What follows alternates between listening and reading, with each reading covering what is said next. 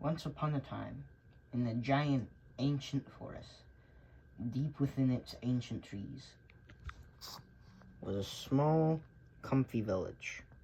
They weren't the biggest or the best village, but they still lived their life with some pleasure.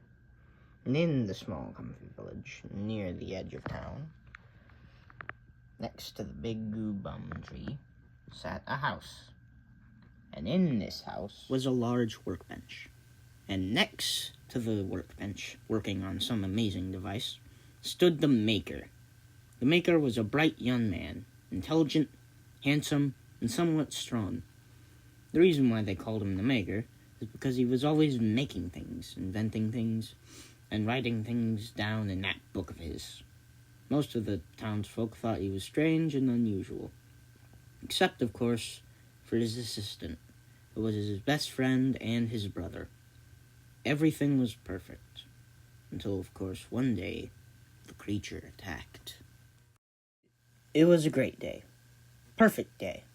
The sun was shining, people were smiling, and they were just starting to harvest the goo-bum berries. The Maker was, of course, in his workshop working on a new type of harvesting tool that could cut down multiple goo-bum bushes and trees with just a swipe of the arm. He heard screaming, ran outside, and realized that the town was under attack. And then he saw it. A giant menacing monster with the wings and head of a bat, black patches of fur, green skin, and claws the size of swords. It smelled awful and looked worse. The creature stared right at him with beady green eyes. He was so scared he couldn't move a muscle. But it did. It pounced at him, and he dove away at the last second. And then he realized it wasn't after him. It was after the goo-bum berries. The farmers tried to fight it off to protect their precious crops, but it was too late. It flew off with over half the crops in its giant claws, screeching happily as it went. The Maker made sure that no one in his neighborhood was hurt. And thankfully, no one was. But houses were destroyed, the crops were stolen, and they knew that they had a problem. For months, the creature attacked, and attacked, and attacked again. The village was in shambles, they had almost no food for the winter, mostly because goo-bum berries didn't grow in the winter. The Maker tried as hard as he could to help the city make new buildings and better farms. But deep down, he knew to stop this problem, they would have to scare the bat creature and fight it. The people thought this was a terrible idea. It was against their customs and traditions to fight at all.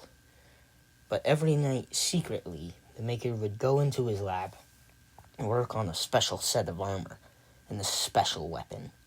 A weapon that would use the power of the sun itself to create light energy. And everyone knows that bats hate light. One day, the Maker awoke to the smell of smoke in his own home. He ran down the stairs, calling his brother's name, hoping that the creature hadn't attacked him. He found his brother buried under a pile of wood.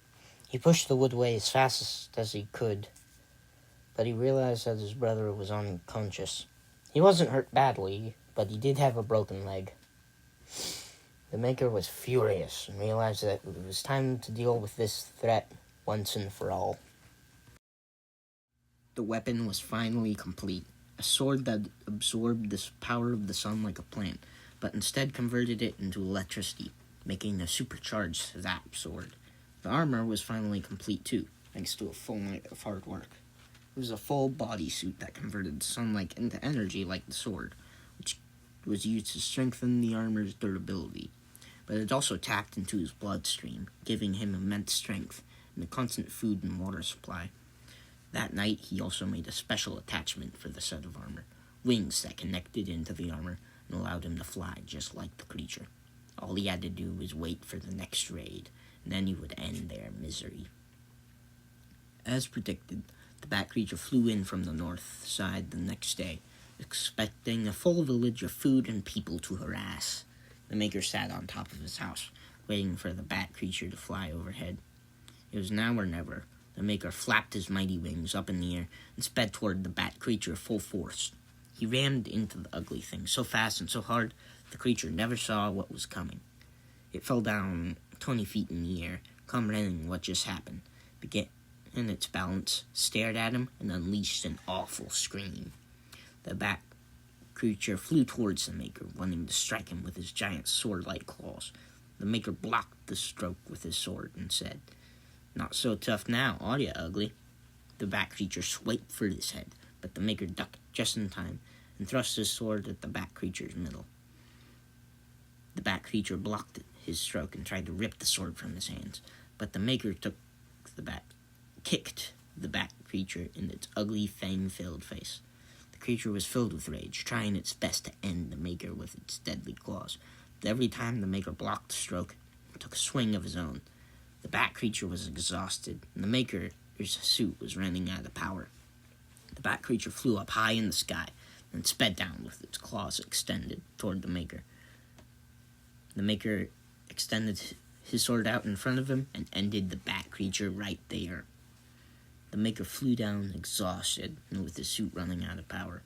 The townspeople rushed towards him, wishing to aid him as they picked him up, congratulated him, shook his hand, and a huge party all for him.